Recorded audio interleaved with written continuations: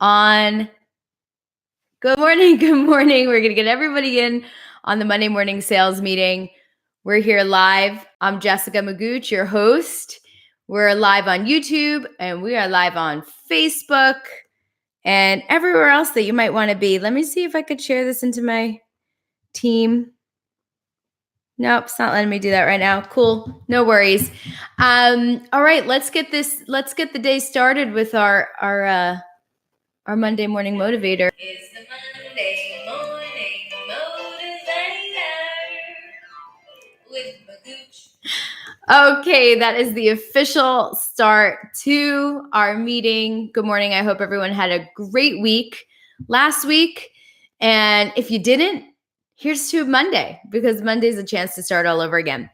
So if you haven't joined us before, I run my Monday morning sales meetings live and I broadcast them to everyone via YouTube and Facebook. And even if you're not in one of my sales programs right now, sales launch code, FYI, you can still ask questions here in this meeting, and I will answer them.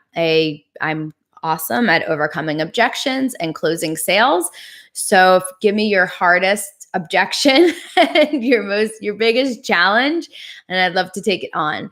So let's dive right in. So we'll start with a moment of intention. Just take for a second and think about why the heck you're doing this in the first place. I know I say it every week, but we all need a reminder, like what is that big why? Why are you doing this? And if you don't have a big why, now is as good a time as any to start thinking about what it is you want out of life and what you would like to contribute. I kind of have the expectation or belief that we all come here and we can either leave this world a better place or a worse place, right? So we have a choice on how to do that. And there's generations and generations to come after us that can benefit from even the little things that we do today. So as we evolve as the species. Okay, fine. I'm getting a little too philosophical for you guys for a Monday morning, but you know how I am. So let's talk about, now that you've got your intentions set, remembering the big why you're doing this for yourself, for your family, what contributions you want to make, what's your personal mission, and how does, even if you're, in a sales job, how does this contribute to or help you get closer to your big why? Even if you see it as a stepping stone, that's cool. But let's remember that. So, because as I go through the week and there's things that you need to change and improve and things that you need to do that you don't want to do, you could remember that big why, and it'll help you do those hard things. It's really difficult to change. Ultimately, as a salesperson, you're getting people to change every day. You're getting them to take action from wherever they were to wherever they need to be to get results with your product or your service or your program. So, sales is all about getting people to do something they don't really want to do, or natural inclination is to resist change. And you and I are no different from that. So acknowledge that and how hard it is to actually make change in your business and in your life, right? And that brings us to metrics, right? Because the one thing I know people hate doing is tracking their numbers. So let me reiterate, if I haven't already, you must track your numbers. This is not an option, people. So tracking your numbers means that you have I have a page protector. So this is my tip for tracking numbers, okay? I have a tracking sheet. If you want it, you can post below and I will send it to you directly, because it is part of one of the downloads in my course. But it's a tracking sheet and you can print it out once and then you could put it in a page protector. Learned this on Pinterest in one of these page protectors. And then you can use a dry erase marker to check off as you're completing tasks for the week, as you're doing, it's mostly surrounding marketing activities, right? Because that's the main thing that you can control, is how much outbound effort you make in bringing people to your business. So, if you like made 25 contacts last week and none of them progressed to the next step, then I would ask you, well, like, so maybe that took 2 hours. So what'd you do with the rest of your week then? Right? So if you could see how lack of activity leads to lack of results, I would never expect, out 25 emails to produce any significant number of sales or activity. So I think sometimes the expectations, if you've never been in a sales organization before, then you might be surprised to know how much outbound activity it actually takes to get massive, consistent results. Okay. So, and yes, there's tools to make that easier for you.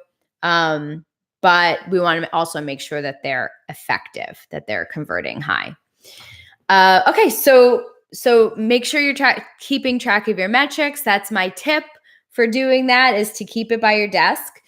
And then, as far as your marketing minute for the week, what did I want to tell you about marketing? I would say, you know what? My marketing tip for the week is no matter who the person is or what you think they can bring to your business or relationship, never undervalue the value of a relationship, right? Because you never know who can introduce you to somebody else. And that's why you'll hear me consistently say it's never a waste of time to spend time with a prospect, because a good relationship leads to other good relationships. So you want to spend as much time fostering those as possible. That's different than, helping someone for free or coaching people for free if that's what you do. But the value of building relationships is something that can help you inevitably. So part of that is knowing what you need as a next step in your business and in your career, so that you can verbalize it when those relationships do start to form and people say, I'm not a good fit for you, or I can't do this right now, but how can I help you? You've been so helpful so far. I really believe what you're doing. And then you need to know what to say. And it really helps to know what your niche market statement is in that regard. So, so I help these kinds of people do this without this. And I'm not going to go into more details about that niche statement today, but you need to have at the forefront what it is you want next, so that when someone's available there and wants to help you, you know what to tell them, right? We're business owners. Even if you're a salesperson working for somebody else, you're ultimately running your own business, right? You get paid for your results. You get paid for what you put in, you get out in form of commission or in the form of, revenue as a business owner. So knowing what the next step is in your business is part of business planning and part of creating a great business plan. And even as a salesperson, you should have a plan. Like, first I want to do this, then I want to do this, then I want to try this marketing activity, right? I'm not going to, for instance, as a salesperson, I'm not going to day one run Facebook ads, right? Because I don't know enough about my audience and about my target market and what I'm selling and how to close the deals to invest money in a paid advertising campaign. So that's almost like one of the last things you do. Plus, they take a little time to get going, and there's more immediate ways to make money. So, but it should be part of your plan, so that when you get close to that step in your plan, you could say, oh, I'm looking for someone to help me with Facebook ads, that kind of thing. All right, on to Motivation Minute. What I wanted to share with you guys today was an experience I had over the weekend. So a lot of you guys know I'm in martial arts, and we had a tournament over the weekend. And I really didn't want to go to this tournament, right? Well, of course I wanted to when I signed up, but as things go, same thing with the band camp I went to a couple of weeks ago. As it got closer, I was like, I don't want to do this. I don't want to, right? Why? Change. Different from my normal routine. I had, do something different in martial arts. You can get hurt. You can be embarrassed because you did so bad. I haven't been training as much as I should recently. So I went and I got third place, which is better than no place, right? And so I was contemplating on that and also thinking about how at tournaments, afterwards at least, we always tend to talk about the people that didn't show up. Like, why didn't so-and-so compete? Why didn't so-and-so participate, right?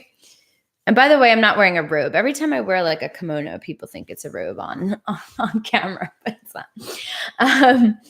And so we talk about the people that didn't show up, and from our perspective, it's like, well, why wouldn't you show up? I mean, I'm talking about barring any major conflict, like a wedding or something, but why wouldn't you show up? Ultimately, it's because you're afraid of losing, right? If you say you're not prepared or you haven't trained that much or what have you, that all goes back to being afraid of losing. And the reality is, if you go into a tournament, most people are going to lose, right? So the chances are already high that you're going to lose. And the worst case scenario is that you lose. So it's a misconception that if you don't show up, you didn't lose. But I think in life and in business, if you don't show up, you do lose. At least there's no chance of you meddling at all, right? And that's why I do meetings on Mondays, because Mondays is typically the hardest day to show up, right? It's the day, I know, I'm in your brain. It's the day when you least want to show up, right? Unless you're super revved about your business, like I am, but I'm not always revved about my business. So getting started when you've been in a different routine for 2 days, like if you take a traditional weekend, is always rough. And Tuesday's so much easier, right? But as an entrepreneur or as an independent salesperson, sometimes you do have the choice whether or not you want to show up, right? No one's waiting at the office saying where is she? It's 9:05. Let's call, make sure she's okay. So no one else is keeping you accountable except yourself. And I think just what I take away from this is if you don't show up, you can't place at all. You don't have a chance of winning. The worst case scenario is still that you'll lose, right? The worst case scenario is still you'll show up and make no sales for the day. You'll make no revenue for your business today. But here's another thing that I learned. Every time you show up, whether it's to some kind of tournament or competition or to a sales meeting that you didn't want to go to. I mean, I know what it's like. You take all this time to book appointments, and then when the appointment comes, you're like, oh, do I have to do another consult, right? Do I have to do another discovery call or another presentation? And it's because I don't want to risk that fear of rejection. But every time you do show up and you do things anyway, even if it's a rehearsal or a practice, right? A training session, doing any kind of marketing activity, right? Or doing a presentation, even though you're pretty sure it's not going to close, but you need the practice anyway. All those things make you better at what you do, even if you don't know how yet. Right? So I say this a lot of times in karate. It's very clear to me, and music, right? Which is I can take a lesson and go to a training session and just afterwards just feel terrible. Oh, I'm the worst. I'm the worst martial artist. I'm the worst piano player. I'm the worst singer. Look, I can't even get this lesson that I'm trying to learn, right? And you walk away with this negative feeling. And then I step back and I go, well, wait a minute. I just trained for an hour. And certainly if I trained for an hour, I have to be better than if I didn't train for an hour, right? So in some incremental way, you got better, even if you can't see those results immediately. And even if you could never pinpoint what it is you got better at that day, right? Like let go of having to know and having to pinpoint and map out, all the results that come from every single thing that you do. And know that no matter what, the more you're participating in your business, the more activity you do, the more outreach, the more marketing, the more you put yourself out there, you're always learning something and you're always getting better at what you do. And I know a lot of people feel like that part is the marketing side, right? Cold calling, cold emailing, whatever. Like there's 13 different ones I teach in my program. But whatever those are that you're doing to generate interest in your business, you can only get better at it the more that you do. So you can have someone like me teach you what the steps are, but there's only so much that you can learn in a lecture type situation, right? You have to apply it and you have to do it. And I'll just tell you right off the bat, you're probably going to fall on your face the first couple of times. Okay. It's okay. It's okay to fall on your face and you will get up and you're not going to die because someone told you that your product stinks and why would anybody ever buy it, right? And so just know showing up makes you better at what you do, period, even if you don't know why.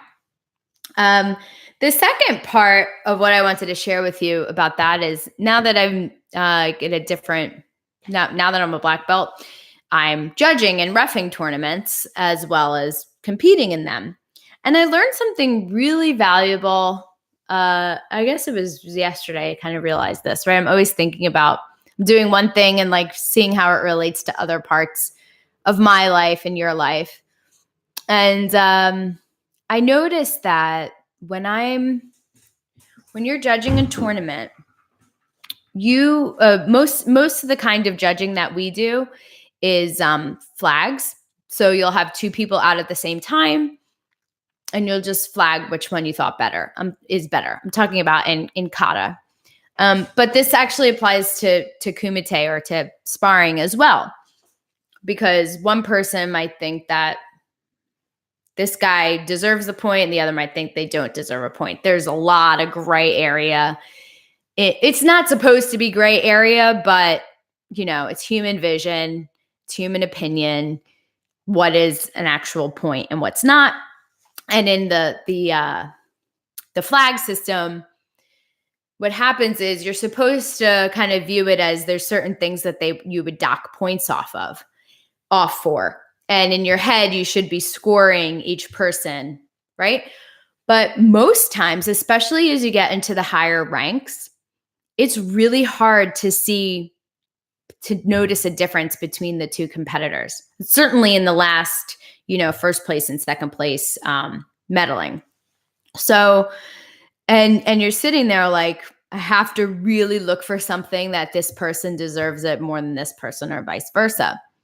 And they're little things. They're little technical things that you can score on. But most times they're so close. It's like 1 point difference. But I have to raise my flag for one of those. And so does everybody else. There's usually 5 judges. And then whoever gets the most flags wins. And so what happens is that the person who loses, they don't know that they might have only been like a 10th of a point behind the person they were competing with. All they see is like all red flags and they lost. And so all they have to assume, and all I would assume when I was competing was like, I must have been really bad. Nobody voted for me. But I'll never know if I was just a hair off. And in a tournament style situation, that's especially, that can have even more of an impact, because let's say you're in your bracket, in the bracket, you end up going against the person who ends up winning the gold medal, but you go in your first bracket. And maybe you could have won second, but you went against the first place who ended up being the first place person. And in your first round, you got knocked out right away. So you end up not medaling at all because you don't get a second chance. So, hey, John, I'm talking about the karate tournament this weekend. How appropriate. and and and so sometimes you'll never know if you're just a tenth of a point away from winning. And so I relate this to sales because you never know if you're one prospect away from having a massive change in your business, right? Especially if haven't broken the ice yet.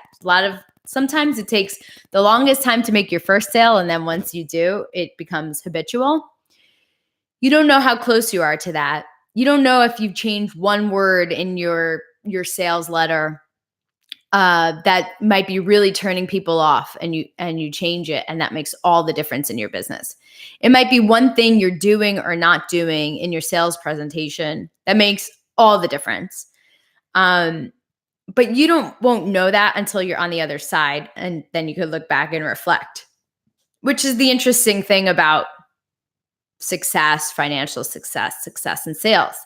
Is you can predict the best. You can have someone who guides you and says you have to do X, Y, Z, but you can't smell it on the other side. Like you really, you just have to trust and keep doing the activity and keep making 200 calls a week and 200 emails a week and all that, and trust that things will fall into place, and you're just shy of being on the other side of success.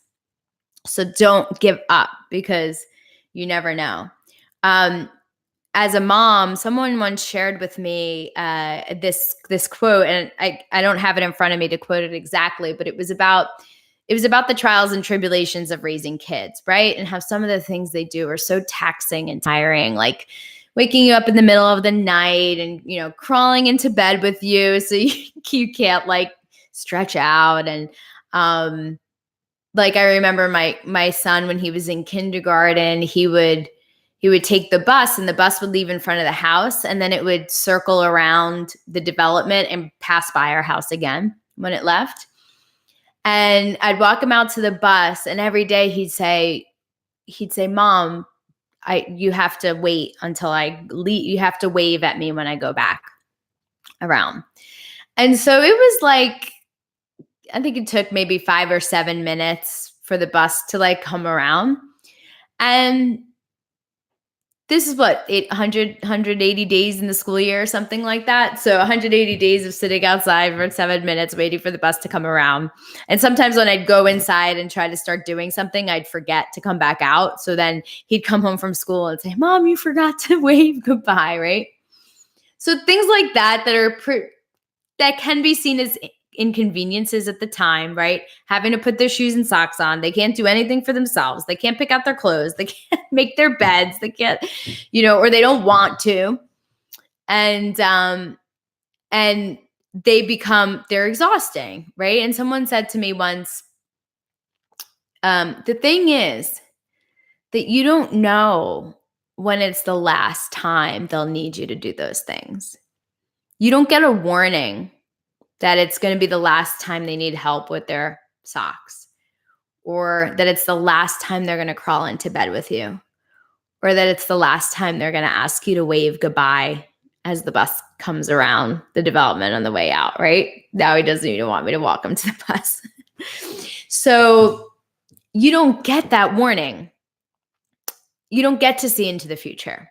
And so you don't get to appreciate the present in a way that you would if you knew it was going to be changing soon. Even though logically it's going to change, it's still that reality of like, if someone said like, tonight's going to be the last night that he crawls into bed with you, that would be a totally different experience, right? Than being like, ugh, they're always waking me up in the middle of the night. And so how does this relate to sales? Of course, is that in this journey, in this entrepreneurial journey, in this sales journey that you're taking, you never know when that moment's coming that things are going to change. And so you can't appreciate fully this moment that you're having about the journey part, right? Like you've heard people say it's not about the destination, it's about the journey. Well, it's really hard to enjoy the journey when you don't know how far away the destination is. Am I right? So it's a lot about trusting and trusting that if you know you're doing the right things, that eventually that destination will come, and then you can start to enjoy the journey that it takes to get there, in the same way that you would enjoy watching someone else taking the journey. Like I can so appreciate my own students taking the journey and knowing that success is right around the corner for them, and then having that satisfaction when it is. But I can predict sales performance. That's my specialty, right? So I know, based on your activity and based on your skill set and all that, I know if you're going to, if your success is around the corner or not. But you still don't, you may or may not believe me when I tell you that, right? So um so know that no matter how far away you are, if you keep plugging away at it, one, it might be just around the corner. And two, if you never had to send a cold email again, would you enjoy the last cold email you sent? So maybe that's a different way of looking at this, your daily processes, and maybe the things that you don't enjoy doing so much, and showing up, because you certainly can't win if you don't show up. Oh, thanks, all those emojis. Okay. All right. Well, we're at the end. Unless you guys want to throw in some questions, I'll definitely take them. But if not, I'm going to sign off and say, have a wonderful week. And I'm here for you. I'm on your side. And I want to see you win. Bye.